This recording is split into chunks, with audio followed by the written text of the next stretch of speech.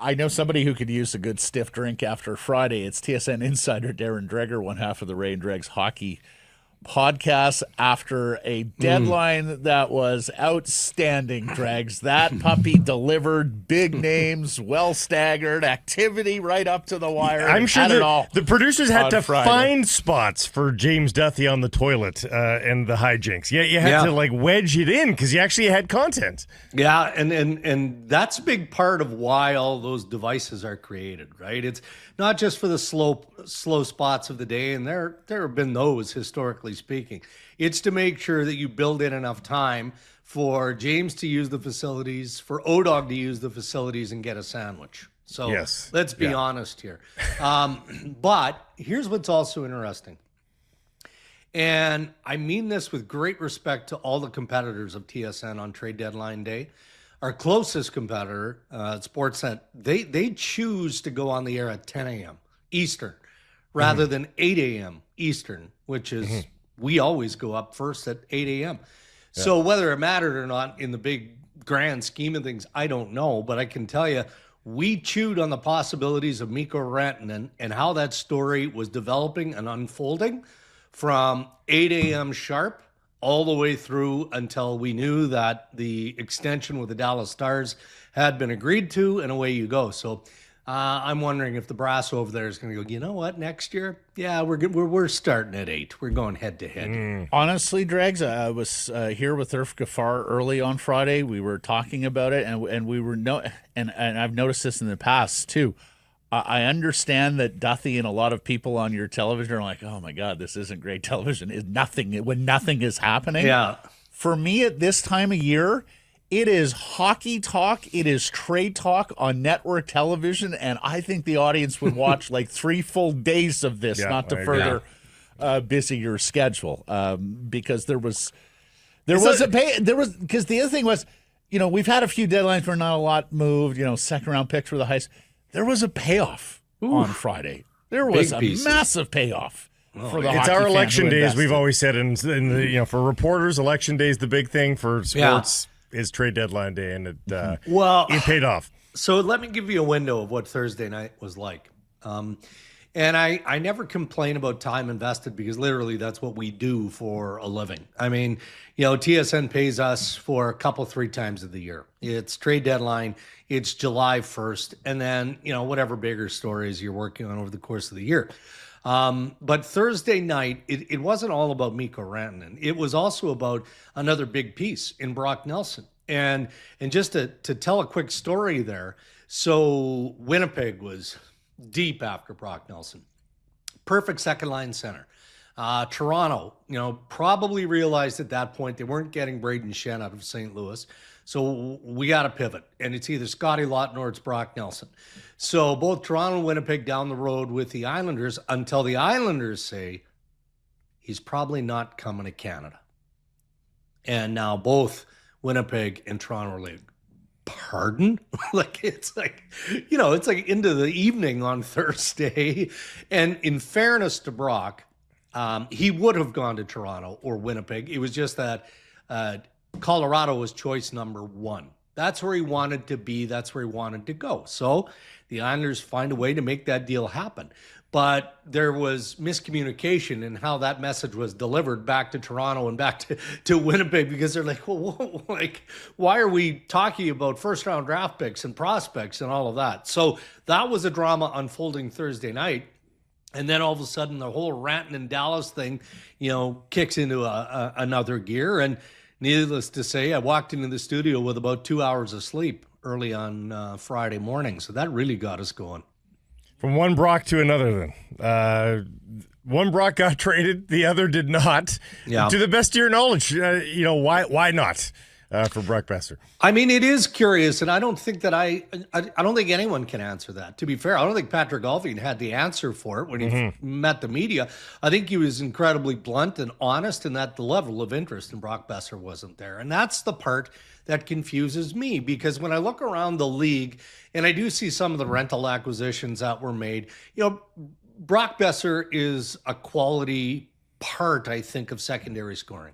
He is. Now, if you're making that trade and you think he's going to lead you offensively, that's a bit of a stretch. There's opportunity, there is capability, but if you're counting on it, that's too much. But there wasn't a market for Boeser, not a market that Vancouver could live with. And by a market, I'm saying there was no first-round pick offered. Sure, when the process started, I'm sure Vancouver was hoping that's what they were going to get. I think that there were maybe a team, maybe two, that nibbled on the idea of a second round pick, and then that disappeared, right? So now what do you do? Well, Vancouver's in this playoff mix, and I think they like their chances of Brock Boeser coming around productively in the final push here of the regular season, and then hopefully in the playoffs. And if that happens, then I think you rethink whether or not you want to take another run at him with a contract extension. Otherwise, he's the old own rental, and he walks out for free. But it wasn't through a lack of effort that Boeser wasn't traded. Just wasn't there. Yeah, surprising because they haven't shown great interest in re-signing him to date, and they've even taken away his letter here recently. So, and of course, Brock has mentioned he's frustrated. Plus, there was Alvin's, comments about how little value he had. So, certainly a situation worth monitoring. Did you hear anything on Elias Pettersson, Dreger? No. Was there anything involved there? Maybe there was some tire kicking leading up to the deadline. But again, guys, you're talking about an $11.6 million cap hit, right? Mm-hmm. That's a real tough one. And we're probably going to get to the place where, you wonder, well, why did Vancouver leave so much salary cap space on the table, right? Well, and the reason I bring it up is because I should have mentioned it a minute ago talking about Brock. Vancouver was willing to eat 50%. They kept that one retention spot because they let teams know a couple of days before the deadline, we will retain upwards of 50% on Brock Boeser. And that was, again, just to juice the market a little bit, and it didn't materialize. So by the time you get through all of that, then you're sitting there going, okay, well, we're not really interested in being a third-party broker because, a draft pick to do that isn't really going to help us in all of those things. So it was a convoluted sort of few days leading up to, and then the deadline on Friday. The whole thing is curious as it's played out, but I'm not sure that the Canucks would do things a whole lot differently. I just don't think that there was anything that they could sink their teeth into. Be it Boeser, Pettersson, the other unrestricted free agents, Suter, the pieces that they had, there just wasn't anything there that made sense that would be worthwhile as opposed to using those pieces to help them again in this final stretch. Yeah, I was going to ask, so with the cap space available, they weren't interested in adding. Were pieces too expensive to add? Well, the one that caught me, and with all due respect to Beauvillier, to get a second round pick for him, and then the Vancouver Canucks couldn't attract flies, literally, for Brock Boeser, I just went, okay. That's the killer for the fan base, I think, is that one, Dreger. Yeah. But that's not on management. They were certainly willing to engage in conversations and did with Brock. But I think, again, we can appreciate why would you move the player if you're not even attracting that level of interest?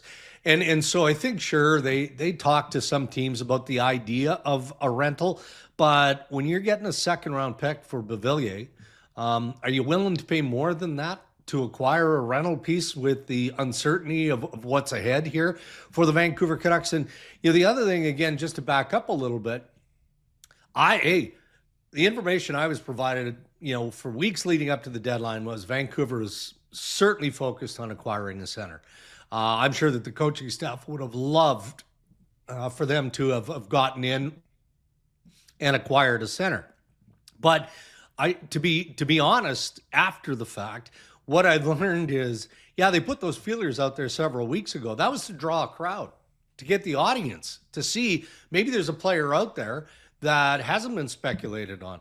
And that's where I think we've read either Bruce Garriock or others who reported on, Vancouver circling around Josh Norris and the Ottawa Senators at the time. And that's 100% accurate. That's rock solid information.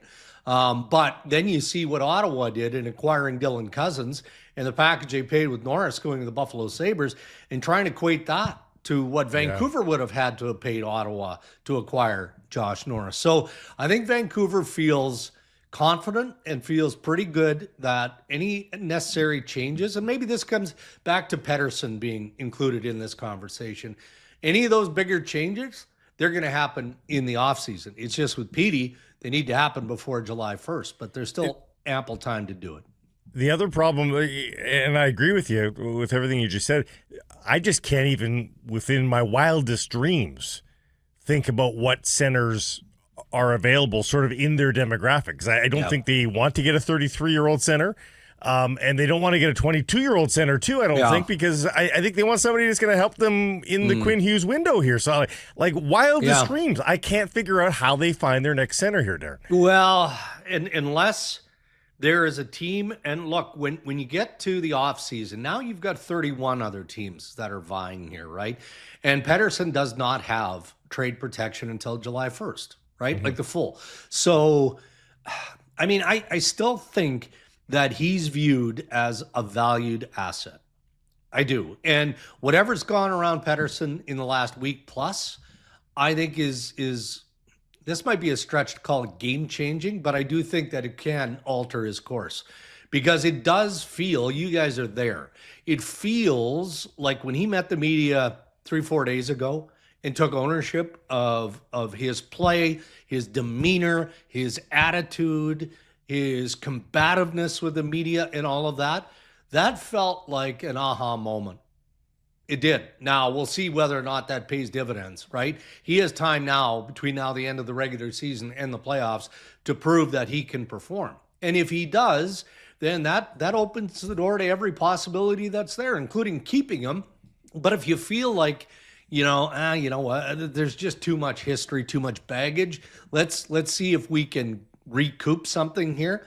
I think he's valued. I think if he can play the way he's capable of playing, he'll draw an audience in the offseason. But of course, the big problem is they would need two. Then they get rid of him. They would then need they need Elias Pettersson to return and another top two center. You know, so it's challenging. I mean, it is. Where's Rick Tocchet in all this? Do you think? Because he's still without a contract.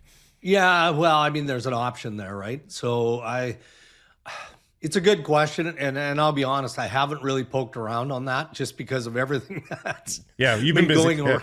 Well, not just me. I'm just saying around the Vancouver Canucks. I mean, dating back to pre-JT Miller trade and all the saga that we were forced to watch between Miller and Pettersson and how that was impacting the team. And, then, of course, you had the injury to Quinn Hughes, and you had the drama around the Four Nations and all of that. So it's a story that hasn't gone quiet, but I think that has been overshadowed by other stuff. So next time I'll have asked. How's that? Sounds like a plan. Dregs, Patrick Allvin went on, look, this management group has typically either wanted to get their guys re-signed or cash them in their UFAs by the deadline. That obviously didn't happen with Brock Boeser, and Allvin went on local radio after the deadline on Friday and basically resigned himself to, maybe we do have to lose this player for nothing in the offseason.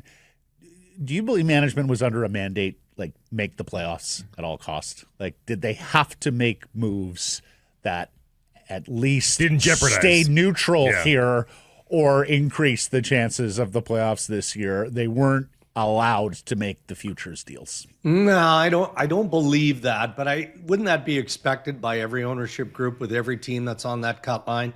I look at St. Louis and now granted, Braden Shen is under contract and some of their other pieces are under contract. So it's a completely different argument if that's the way we want to position it.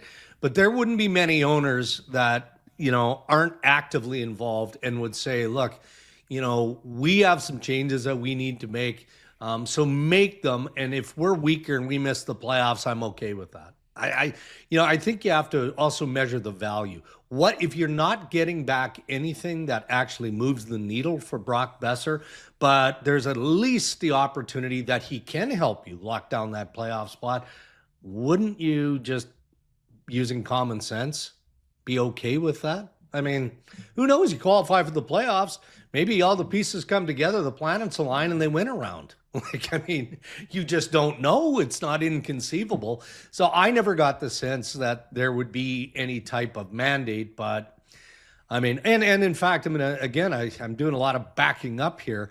But the messaging that I was given in researching the Vancouver Canucks approach to the deadline was that it was more in preparation for the off season than it was, just adding to lock down a playoff spot and see if they can do something. So in saying that and knowing that, maybe that flies in the face of, this idea of a mandate coming from ownership.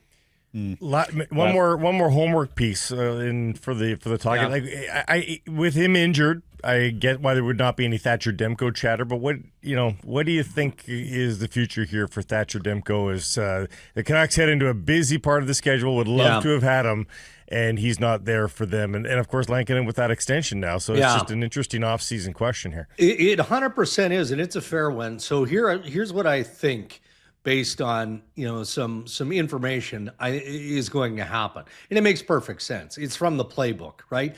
So you get into the summer and you engage in contract extension discussions, and if you don't like the term and you don't like the dollar, then what do? You trade, right? And I think that's what's going to happen. But to say that I think that Vancouver is leaning this way or that way, that's premature. If I were betting, I would say that they would prefer to keep Thatcher Demko. Why wouldn't you? I mean, but if you're Demko's representation, don't you want to play and get the bigger dollars? Not because you want to leave, but just because you know that there's more dollars out there if you have a good season. Potentially, absolutely, no doubt about that. And I don't think that they're going to soften in any way in conversation or negotiation. It doesn't matter to the Demko camp what Kevin Lankinen has done. Right? No. If Vancouver wants to invest mega dollars in the position of goaltending, that's on them. It's just, there's not going to be an injury discount here, though, from Demko. That we're saying. I don't think so. Think so, and I don't think there would need to be. Again, from the position of the player here, some of this stuff where Thatcher is concerned is just unlucky too, right? And players will go through that, but without doing a full scale tour of the National Hockey League, and I could probably name 10 teams off the top of my head that would have interest in Thatcher Demko in some way, shape, or form. I mean, he's proven at this point of his young career that he's capable of potentially being an elite level goaltender when healthy. But you got to be willing to take that gamble. So it's going to work out for the Vancouver Canucks one way or another. It's just what is their appetite for investing several $1 million into the position of goalie. And that's a philosophical thing, because as we know, there are teams out there that are willing to do it because they feel like they have elite level goaltending. And then there are other teams who like the 1 and the 1A, and they like them at an affordable price. So Vancouver's not there yet, but they're going to get there real quick in the offseason.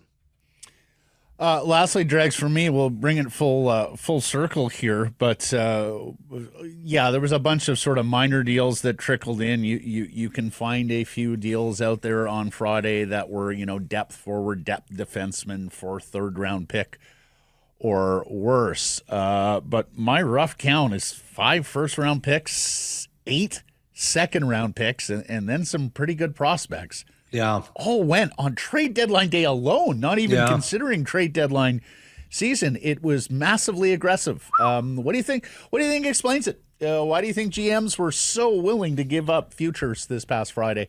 I think honestly, Matt, you just look at the standings. Look at how tight it is in the East, and look at how, there's still opportunity in the West. And I think that also gummed the market up a little bit. I'm not saying that it negatively impacted what we experienced on Friday, but it was thin on defense. It really was.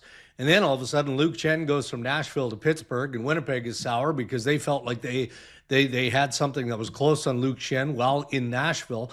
And then Boston decides, okay, well, we're going a different direction. And Boston starts unloading, and Brandon Carlo ends up in Toronto. And now all of a sudden you're looking at some of these deals and you're like, you know what? There's there's some hefty movement there. I think that in some way, shape, or form, and managers are always quick to say, we don't respond. Toronto would say, we didn't respond to what the Florida Panthers did or what the Tampa Bay Lightning did. And, Winnipeg would say, well, we didn't respond to what Colorado did or what Dallas did. Well, okay, really? I mean, you just generally speaking, I mean, you're not trying to play a game of chess here, but you are damn well making sure any question marks or any perceived holes are being addressed, because it's your last kick at it, especially for the top contending team. So I think that there was a level of response from some clubs.